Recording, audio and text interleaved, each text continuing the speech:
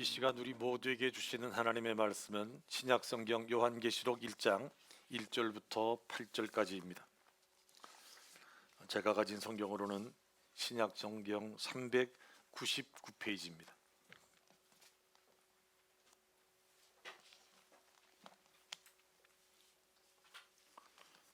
요한계시록 1장 1절 말씀을 제가 먼저 읽겠습니다. 예수 그리스도의 계시라. 이는 하나님이 그에게 주사 반드시 속히 일어날 일들을 그 종들에게 보이시려고 그의 천사를 그 종 요한에게 보내어 알게 하신 것이라.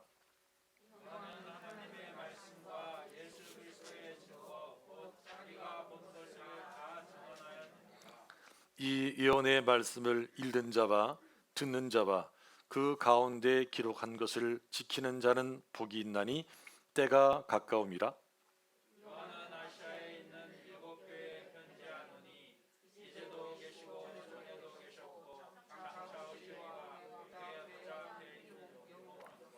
또 충성된 증인으로 죽은 자들 가운데서 먼저 나시고 땅의 임금들의 머리가 되신 예수 그리스도로 말미암아 은혜와 평강이 너희에게 있기를 원하노라.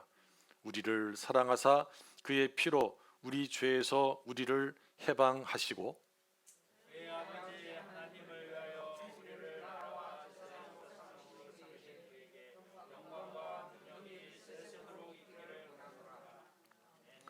볼지어다 그가 구름을 타고 오시리라. 각 사람의 눈이 그를 보겠고 그를 찌른 자들도 볼 것이요 땅에 있는 모든 족속이 그로 말미암아 애곡하리니 그러하리라. 아멘.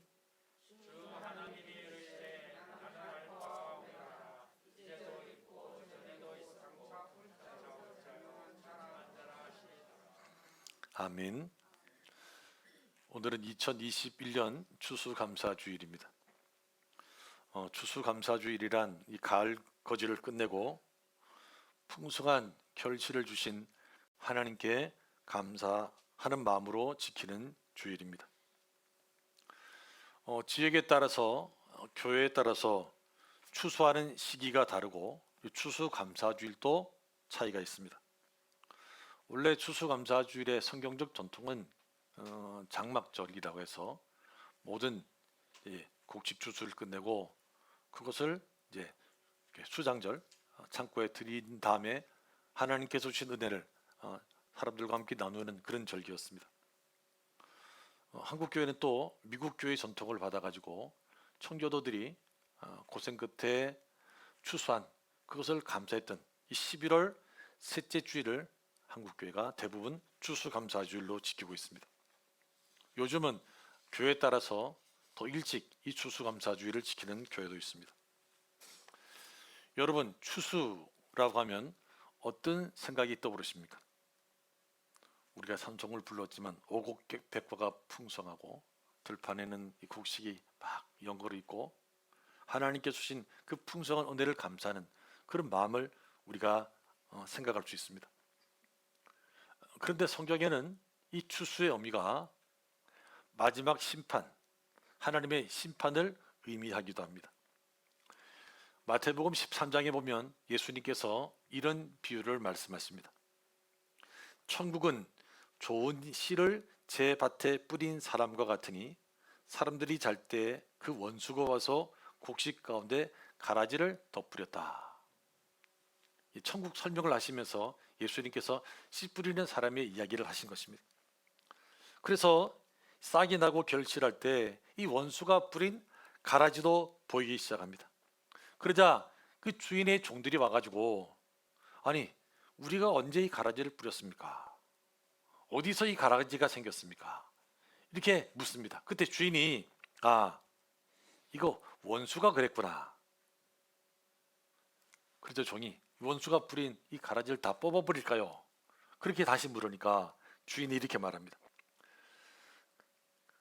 가만두라. 가라지를 뽑다가 곡식까지 뽑을까 염려하노라. 가라지를 뽑는 것 빨리 해야 할 일이지만 혹시 가라지를 뽑다가 잘못하면 곡식까지 뽑을 위험이 있으니까 그냥 두라는 것입니다. 제일 마지막에 이렇게 말합니다. 둘 다 추수 때까지 함께 자라게 두라. 추수 때 내가 추수꾼들에게 말하기를 가라지는 먼저 거두어 불사르게 단으로 묶고 곡식은 모아 내 곡간에 넣어라 하리라. 이것이 예수님께서 천국을 그래도 알아듣기 쉽게 사람들에게 말씀하신 내용이었습니다. 성경을 계속 보면 이제 조용히 제자들과 예수님과 남게 되었을 때 제자들이 예수님께 다시 묻습니다. 예수님, 조금 전에 말씀하신 그 씨 뿌리는 자의 이야기를 조금 더 알아듣기 쉽게 우리에게 설명을 해 주십시오. 그래서 예수님께서 이렇게 자세한 설명을 하십니다. 좋은 씨를 뿌리는 이는 인자요, 밭은 세상이요, 좋은 씨는 천국의 아들들이요, 가라지는 악한 자의 아들들이요, 가라지를 뿌린 원수는 마귀요, 추수 때는 세상 끝이요, 추수꾼은 천사들이니 그런즉 가라지를 거두어 불에 사르는 것 같이 세상 끝에도 그러하리라. 무슨 말입니까? 추수하면 분명히 이 곡식을 연결케 하신 풍성한 소출을 주신 하나님께 대한 감사가 분명히 있습니다. 그런데 동시에 성경에서는 이 추수가 세상 끝에 있을 심판을 의미하기도 한다는 것입니다. 오늘이 추수감사주일인데 굳이 이런 말씀을 왜 드리느냐? 여러분, 다음 주일 11월 28일 마지막 주일이 2022년 대림절 첫 번째 주일입니다. 이 대림절이란 이 성탄절을 앞두고 4주간 동안 예수님께서 오시는 것을 기다리고 준비하는 기독교의 아주 중요한 절기입니다. 올해는 12월 25일이 토요일입니다. 그래서 그 앞주일이 12월 19일, 이때가 대림절 넷째 주일이고, 그다음 그 앞주 12일이 셋째 주일, 12월 5일이 대림절 둘째 주일, 그리고 다음 주일인 11월 28일이 2022년 대림절 첫째 주일인 것입니다. 교회력은 대림절로부터 시작합니다. 그러니까 교회 달력으로 말하면 다음 주일이 2022년 첫째 주일이 되는 것입니다. 비록 교회력이기는 하지만 벌써 2021년도가 끝난다. 가을이 다 지나가지도 않고 겨울이 아직 시작되지도 않았는데, 아니 벌써 2022년이란 말인가? 여러분, 어쩌면 우리의 인생도 이럴 수 있습니다. 아직 내 나이 60이 되지 않았는데, 아직 손주도 보지 못했는데, 목사님, 저는 아직 결혼도 하지 않았어요. 이런 분이 계실 수 있습니다. 오늘이 추수감사주일이기 때문에 감사한 마음으로 평소 때와는 좀 더 들뜬 마음으로 이 예배에 참석하신 분도 계실 것입니다. 그런데 갑자기 이 추수가 심판의 의미를 담고 있다고 그러고, 또 교회력으로는 오늘이 2021년 마지막 주일이라고 하니까 보통 때의 추수감사주일 분위기랑 맞지 않는다, 이런 생각을 하시는 분도 계실 것입니다. 그런데 예수님께서는 마지막 날이, 하나님의 심판의 날이 이와 같다고 우리에게 말씀하십니다. 마태복음 24장을 보십시오. 노아의 때와 같이 인자의 임함도 그러하리라. 홍수전에 노아가 방주에 들어가던 날까지 사람들이 먹고 마시고 장가들고 시집가고 있으면서 홍수가 나서 그들을 다 멸하기까지 깨닫지 못하였으니 인자의 임함도 이와 같으리라. 홍수 심판 때와 예수님께서 다시 오셔서 이 땅을 심판하실 때가 비슷하다는 것입니다. 노아의 홍수 때도 사람들이 계속 일상생활을 하고 그 심판의 날까지 심판이 있을 것이라고 생각하지 않았는데, 갑자기 하나님께서 홍수로 이 땅을 심판하신 것 같이 인자가 다시 이 땅에 오는 그 심판의 날도 이와 같다고 말씀하십니다. 계속 그 다음 말씀 보십시오. 그때 두 사람이 밭에 있음에 한 사람은 데려가고 한 사람은 버려둠을 당할 것이요 두 여자가 맷돌질을 하고 있음에 한 사람은 데려가고 한 사람은 버려둠을 당할 것이니라. 그러므로 깨어 있으라. 어느 날에 너희 주가 임할는지 너희가 알지 못함이니라. 그날이 갑자기 오는데 깨어 있지 않으면 버려둠을 당할 것이고 깨어 있는 사람을 데려감을 당한다는 말씀입니다. 그 다음 말씀입니다. 너희도 아는 바니 만일 집주인이 도둑이 어느 시각에 올 줄을 알았더라면 깨어 있어 그 집을 뚫지 못하게 하였으리라. 이러므로 너희도 준비하고 있으라. 생각하지 않은 때에 인자가 오리라. 여러분, 도둑이 언제 오는 줄 알면 도둑 맞을 사람이 누가 있겠습니까? 오기 전까지 잘 자다가 알람을 맞춰놓고 도둑이 오기 전에 미리 깨어서 그 도둑을 지키면 아무도 도둑을 맞지 않을 것입니다. 그런데 도둑이 예고를 하지 않고 찾아오는 것처럼 생각하지 않은 때 주님께서 오신다는 것입니다. 만약 우리가 이런 말씀을 통해서 깨어있는 사람이 되고 또 준비하는 사람이 된다면 우리는 복된 사람이 될 것입니다. 예수님께서 계속 말씀하십니다. 충성되고 지혜 있는 종이 되어 주인에게 그 집 사람들을 맡아 때를 따라 양식을 나눠줄 자가 누구냐. 주인이 올 때 그 종이 이렇게 하는 것을 보면 그 종이 복이 있으리로다. 내가 진실로 너희에게 이르노니 주인이 그의 모든 소유를 그에게 맡기리라. 종에게 주신 그 일을 잘 하는 그 종은 복받은 종이고 하나님께서 많은 것을 그 사람에게 주신다는 약속의 말씀입니다. 반대로 이런 말씀이 있지만 깨어있지 않고 준비하지 않는다면 그 사람은 불행한 사람이 될 것입니다. 그 다음 말씀입니다. 만일 그 악한 종이 마음에 생각하기를 주인이 더디 오리라 하여 동료들을 때리며 술친구들과 함께 더불어 먹고 마시게 되면 생각하지 않은 날 알지 못하는 시각에 그 종의 주인이 이르러 엄히 때리고 외식하는 자가 받는 벌에 처하리니 거기서 슬피 울며 이를 갈리라. 말씀을 기억하고 깨어있는 사람은 복된 사람이 될 것이고 말씀을 들었지만 그 말씀을 마음에 두지 않고 그 말씀대로 살지 못하는 사람은 불행한 사람이 될 것이라는 예수님의 경고입니다. 오늘 우리가 읽은 요한계시록은 성경 가장 마지막에 있는 말씀입니다. 이 요한계시록은 예수님의 제자 사도 요한이 기록한 성경입니다. 요한계시록 1장 1절과 2절에 보면 이 계시록이 어떤 내용을 담고 있는지, 이 계시록을 요한이 어떻게 기록하게 되었는지에 대한 설명이 나옵니다. 1절 말씀을 제가 읽겠습니다. 이 책은, 요한계시록은 예수 그리스도께서 계시하신 일들을 기록한 책입니다. 이 계시는 곧 일어나야 할 일들을 그 종들에게 보이시려고 하나님께서 그리스도에게 주신 것입니다. 그런데 그리스도께서는 자기의 천사를 보내셔서 자기의 종 요한에게 이것을 알려주셨습니다. 요한계시록이 무엇을 담고 있느냐? 그리스도께서 계시하신 일들을 기록하고 있다는 것입니다. 그런데 이 계시는 곧 앞으로 일어날 일들을 그 종들에게 보이시려고 하나님께서 그리스도에게 주신 계시입니다. 하나님이 계시가 있었고 하나님께서 이 계시를 예수님에게 주셨습니다. 그런데 그리스도께서는, 예수님께서는 자기의 천사를 보내셔서 자기의 종 요한에게 이것을 알려주셨다는 것입니다. 여러분, 이 사도 요한이 이 하늘의 비밀, 하나님의 계시를 어떻게 알게 되었겠습니까? 예수님께서 천사를 요한에게 보내셔서 하나님께서 예수님에게 주신 그 계시를 다 말해 준 것입니다. 그래서 2절은 이렇게 말씀합니다. 요한은 하나님의 말씀과 예수 그리스도의 증거, 곧 자기가 본 것을 다 증언하였습니다.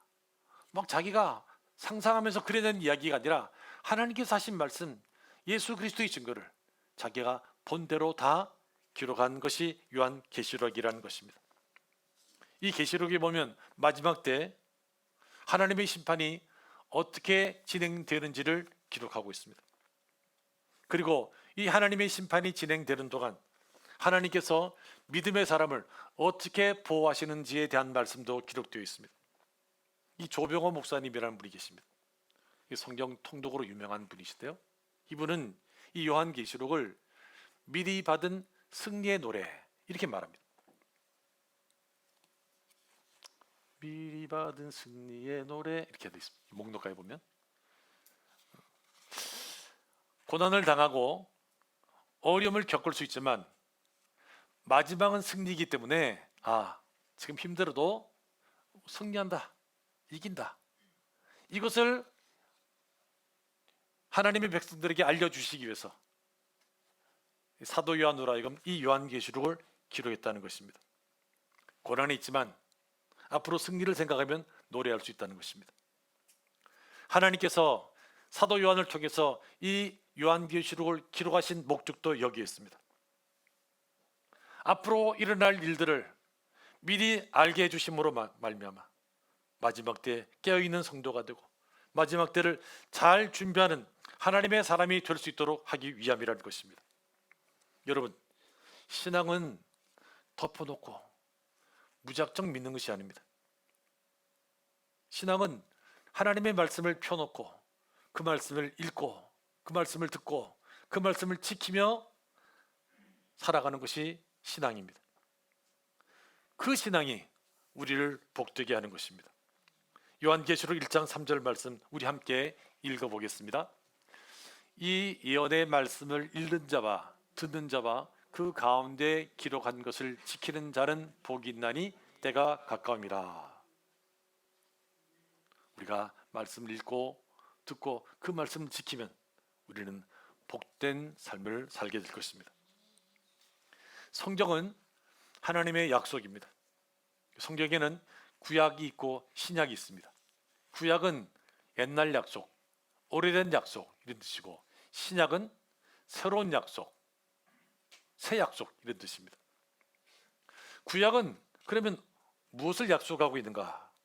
한마디로 예수님께서 이 세상에 메시아로 오신다는 약속입니다. 이 구약의 약속은 예수님께서 오심으로 말미암아 이루어졌습니다. 그렇다면 신약은 무슨 약속입니까? 이 땅에 오신 예수님께서 십자가에 죽으시고 부활하시고 승천하셔서 다시 이 세상에 심판의 왕으로 오신다는 약속입니다. 사도행전 1장에 보면 예수님께서 하늘로 올라가실 때의 장면이 이렇게 기록되어 있습니다.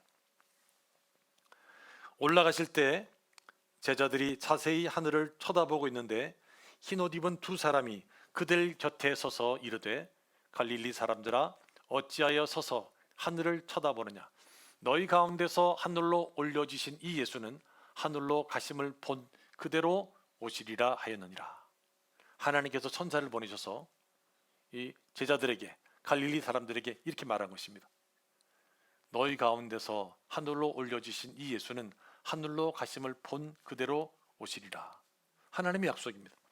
여러분 오늘 보면 7절에 이런 말씀이 나옵니다. 볼지어다 그가 구름을 타고 오시리라.